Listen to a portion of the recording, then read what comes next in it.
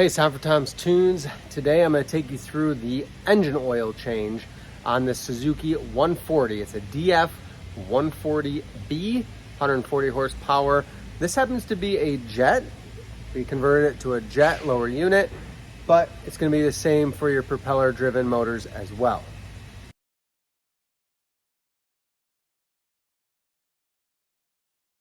On the starboard side of the engine, I'm going to use an 8mm Allen head wrench to loosen this. If it's your first time changing it, it's going to be in there pretty tight, so crack that loose. I'm going to get my oil pan, hold it right up here. As you can see, I've got the motor tilted up. That way it's going to help drain everything right out cleaner down the side. We'll get it all drained out and then we'll move on to the filter. You're going to see here, when it starts to go, it's really going to go. I'm holding my oil pan in one hand, loosening this with the other.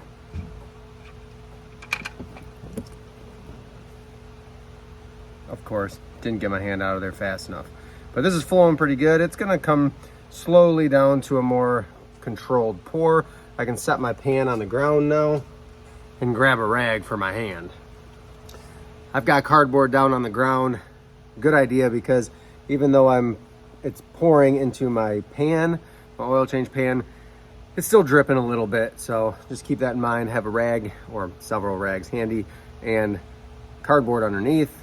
I'm on pavement. I don't want to make a mess, so that's what I'm doing. I'm gonna let this drain. Oil looks pretty darn good. We just passed the 20-hour mark where my horn is beeping at me to change the oil. And at the Suzuki dealer down the road, they looked it up, got me my filter, I'll show you that in a second here, and indicated that it takes 6 quarts of oil.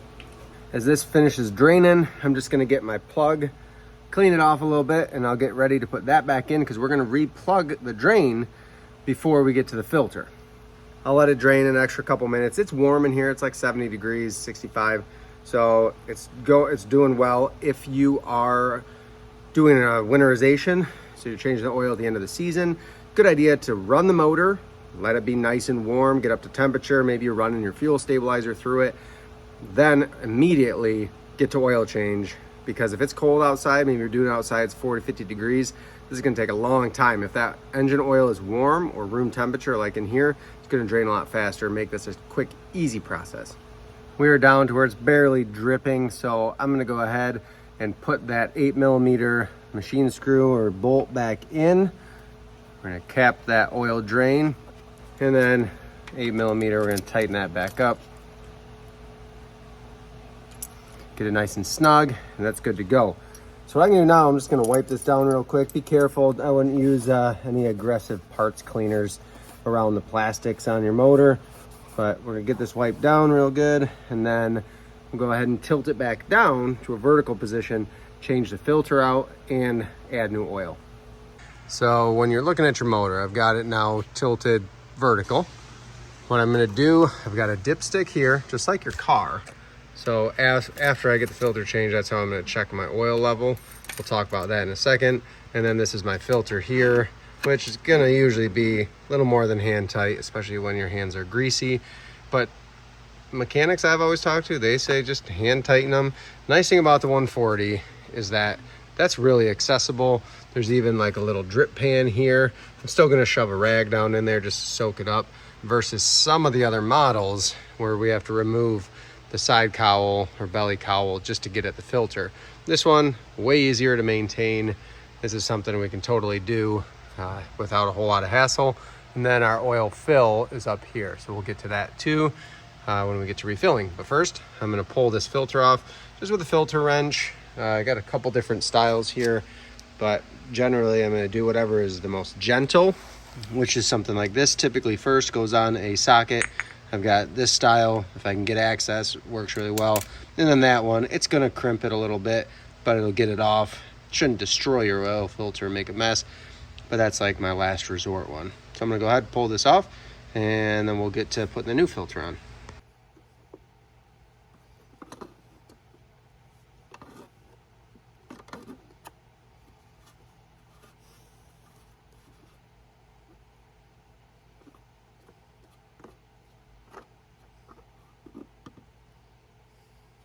Got the old filter is out. This is the new filter. I'll leave this right here, pause it right now, and you can get that part number. I'll put it in the description below. The OEM Suzuki oil filter. Spend a little bit extra money, do OEM, you know it's right. So we'll go ahead and we'll put this in. We're gonna hand tighten it, get it nice and snug. Definitely don't wanna crank it on there too tight. This other one was pretty tight from the factory. Wasn't super easy, but there's a little plastic wrapping. We're just gonna take that right off and put it in. Before you do that, always this little rubber seal around. I almost forgot to say it. I do it every time, but you're just gonna get some oil from the old filter and just rub it around so that this will not get stuck in there so hard. It'll still seal up really well, but that'll make it a lot easier next time you change the oil. I just get a little bit of oil on my finger and work it around the old seal. And it actually says on the filter, it says apply thin film of oil. We did that to the surface gasket. It also says hand tighten until the gasket contacts the sealing face. So it contacts the part of the motor where everything's gonna seat in, and then give it another 3/4 turn. So there you go. And it's probably doable 100% by hand to do that. So they give you enough access in here to really get your hand in there and get it hand tightened, truly hand tightened. And they recommend on there as well to run it with the hood off and make sure that there's no oil coming out at the filter. So we'll get that tightened in there, a little bit tighter by hand, and then we're ready to fill the oil. I find with clean hands, if I can tighten that all the way down by hand, that's not gonna strip anything out. It's gonna be good, but I've got that firmly in place, hand tightened, nothing's coming out. That's plenty tight. Get my rag out of there, and then let's get to filling the oil fill. We're on top now. My oil fill is right here. It's just a twist off little cap.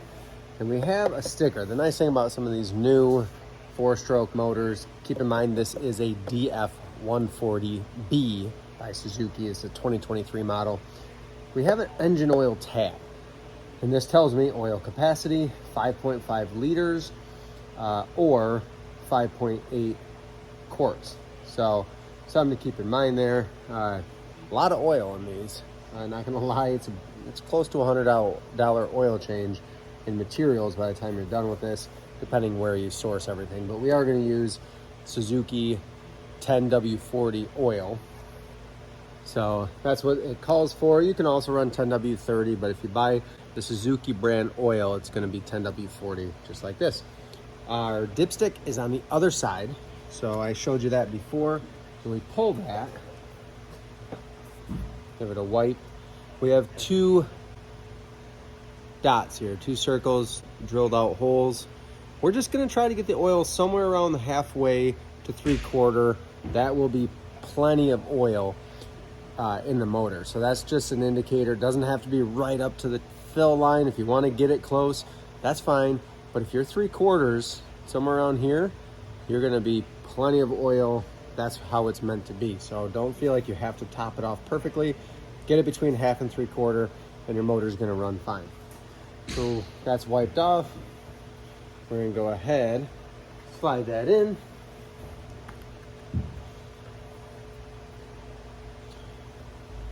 Our oil fill cap out. And now we can go ahead and start. We're gonna do again 5.8 quarts. They call for 6, I guess, with a filter change too. So we'll go ahead and we'll start putting in. When I get to about 5 quarts, I'm gonna check my dipstick and see where we're at.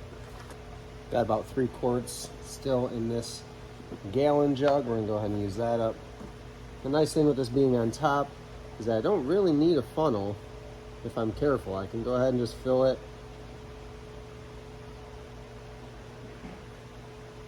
That was a little over 3 quarts.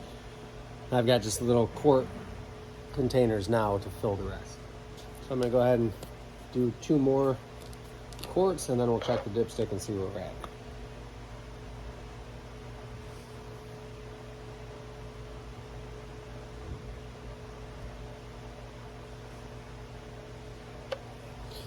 So we're just over 5 quarts that I've added. So before running it, I'm actually closer to full than half, about 3/4. So what I'm gonna do is I'm gonna go ahead and keep adding until I hit the top top line, the top marker, so that I'm all the way full. And then I'll crank the motor over or take it out. It's a good idea, just take it outside and start it on the hose. In this case, I'm gonna just let it crank over without starting it, and then I can move that oil through the crankcase and make sure if I need to add a little bit more. But what I'm gonna do without running it is I'm gonna go ahead to the full, just under, and then I know that I'll have enough once the engine actually moves that oil around. And a heads up, when you're getting towards the top of your dipstick, add a little bit at a time, because it seems like once you hit that level on the dipstick, just the low level, it seems to fill really fast. So add a little bit, check it continuously. So before running it, you can see that oil level right there, right under that top hole. I like that a lot. So what I'll do is put this back in, put the cap back on the fill, and then I'll crank it over. Some brands of motor will let you pull the safety lanyard off, like a Yamaha, and just crank the key. You could hold it for 5 seconds, 10 seconds, and just let it crank and move that oil around. In this case, this one kind of has like a push button start in a sense, where when I bump the key to the crank position, it's gonna the same every time. You like that sound effect? Some of the new Mercuries do the same thing, so keep an eye out. What I'm gonna do is just let it start to crank and turn the key right off before it actually fires. Never dry fire your motor if you can help it, by all means. In this case, moving the impeller inside of there without water supplied to it, as long as I don't let it fire where it revs up well over 1,000 RPM, if I'm just cranking it light, it's not going to do any harm to the motor. So that's what I'm going to do. I do it on all my motors. If you want to play it safe, hook it to the hose. This is a jet, so it's a little more complicated. I don't have the fitting, but what I'm going to do is just bump it, let it crank a couple times, do that 2 or 3 times without letting it fire, and then I'll check the oil one more time, and I think we'll be all set. This Suzuki has the tiller handle, which has my tack and alarms right on it. Maybe you have a gauge on your dash that has your check engine temperature and oil light. When I turn my key to the on position, my oil light is blinking. That's just an indicator that I'm due for an oil change. So the way it works on this motor, at 20 hours or just after the break-in, it's going to tell me to change the oil. This will beep a few times. I think it does it 5 times, then it'll stop. And then we'll go through resetting this too before we're done. But that's how you know it's time to change the oil, that annoying little beep and the blinking light. So I just let it crank, turn the key off. Just moving some oil around. Do it one more time. So nothing fired. We didn't start it. Let's check the oil one last time. I think we'll be in a good spot, and then we can reset that light. It dropped to the tiniest little bit there, but I really like that level. So we're gonna put it back in, and our oil changing part of the process is done. I'm gonna go ahead and show you how to reset the alarm, that signal, so it's not beeping at you anymore. And then it will reset to every 100 hours. So now we're at 20 hours into the motor. I think I went a little bit over, like an hour over. Just the last outing, my alarm started chirping at me. So now it'll be at 120 total hours. It'll be time to change the oil, but it's gonna do that every 100 hours. Give it one last check. Make sure that your fill cap is on and snug. Your dipstick is in. Your oil filter is nice and snug. And then we can put the hood back on. What I'm gonna do to reset that light is pull my safety lanyard off, turn the key position to on, and I have 10 seconds to pull this and release it 3 times.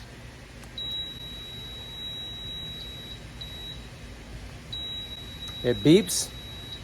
I'm reset. I'm ready to go. Now when I turn the key on, it'll just do its normal startup, and we're good to go. No more beeping. It's that simple. That's a wrap on this oil change. I'm going fishing tomorrow. I had to get this done so I could get out on the water tomorrow and get some fishing done without having to hear that beep at me all day. Now I know it's done. I'm ready to run this thing another 100 hours. I love this motor. It's been a great motor, tons of power, and affordable compared to the higher horsepower options, and lighter than the 150 as well. If you have questions, comment them below. Otherwise, go subscribe to our channel. Check out our channel discounts with Brunt Workwear. Get $10 off of your purchase at Brunt Workwear, and then pontoonstuff.com. We're not working on a pontoon today, but you might have this 140 on your pontoon or tri-toon and you want to do the maintenance yourself. For lower unit lube change, check out our other videos. Really straightforward on that. Basically every outboard is almost the exact same in terms of how you change your lower unit lube. We've got lots of those videos on Yamahas, Mercury's, Evinrude's as well. Thanks for watching. We'll see you on the next video.